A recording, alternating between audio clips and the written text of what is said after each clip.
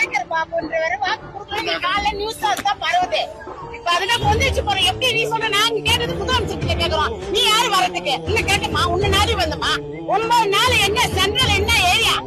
ஒரு சின்ன தமிழக சென்னைன்னு போடுறாங்க. இந்த சென்னையில வந்து 9 நாளா உட்காந்துக்கிறோம். தண்ணி இல்லாம புளிங்களை விட்டுட்டு இந்த வெயில் சூடுல உட்காந்துக்கிறோம். இன்னும் இது வரைக்கும் யாரு வந்தாங்க? எல்லாம் பின்னாடி கேட்டு திருட்டு பெரியமா வந்து போறாங்க. நாங்க இங்க மெயின்ல தானே உட்காந்துக்கிறோம். ஏன் மெயின் கடையில வர தானே எங்களுக்கு வந்து இவங்களுக்கு யாருமே பதில் சொல்லல. எங்களுக்கு 15 வருஷமா எங்களுக்கு காலைல மரியாதை பண்ணி ஐயோ நான் துப்புரவு தொழிலாதான் நாங்க இன்னைக்கு என்ன விட்டீங்க?